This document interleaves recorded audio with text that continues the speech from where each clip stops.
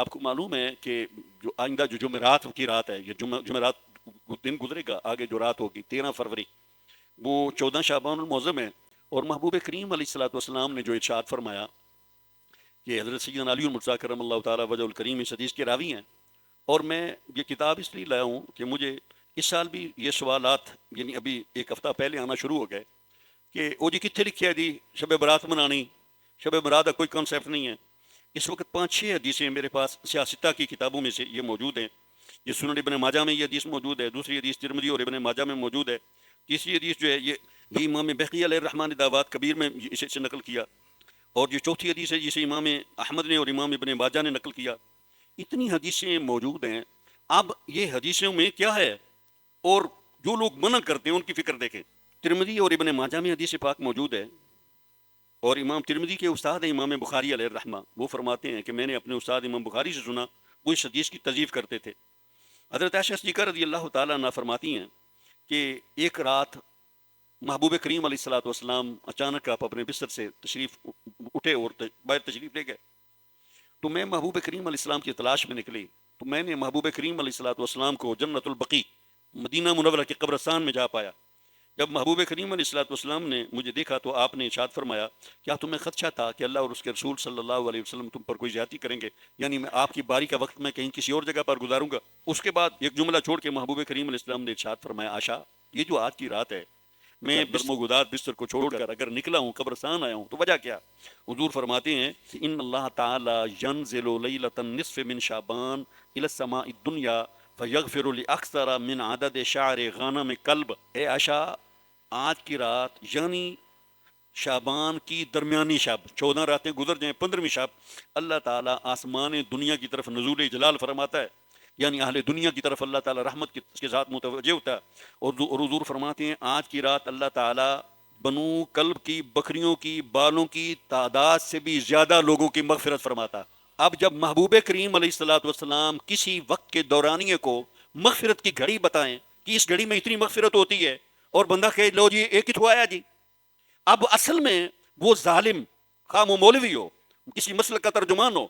سیاستہ کی حدیث ہونے کے باوجود اگر وہ منع کرتا ہے تو وہ امت مرحومہ امت محمدیہ علیہ صاحب الصلوۃ والسلام کی حق تلفی کرتا، گناہ تو ہو جاتے ہیں۔ اگر رب تعالیٰ مغفرت کے لیے خاص اوقات کو اپنے حبیب کریم علیہ الصلوۃ والسلام کو وہی کس طریقے سے آگاہ فرماتا، حضور نے تو ارشاد فرما دیا، حضور نے تو ارشاد فرما دیا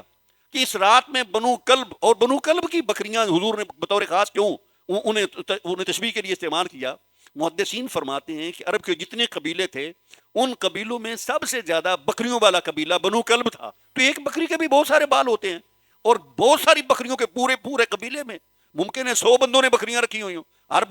بندے کے پاس سینکڑوں بکریاں ہوں، ان کی تعداد کی، اور یہ بھی نہیں فرمایا بنو کلب کی بکریوں کی بالوں کے برابر، فرمایا اکثر، ان سے بہت زیادہ یغفرو، اللہ مغفرت فرماتا۔ اب اس سیاستہ کی حدیث کے ہوتے ہوئے کیا کسی بندے، اور یہاں پر میں یعنی چونکہ ہر سال ایسے سوالات کا سامنا کرنا پڑتا ہے، سوشل میڈیا پر جاہل لوگ وہ لوگوں کو مس گائیڈ کرتے ہیں، میرا صرف سوال یہ، آپ بھی یہ کہہ سکتے ہیں، آپ حدیث سے یہ بتائیں کہ حضور نے اس رات میں عبادت سے منع کیا ہو، ہمارا بھی سوال ہے نا، حضور نے منع کیا ہو، ہم یہ حدیث سناتے ہیں کہ حضور فرماتے ہیں، آگے سنیں ابن ماجہ میں حدیث ہے، یہ پہلے ترمذی کی حدیث سنائی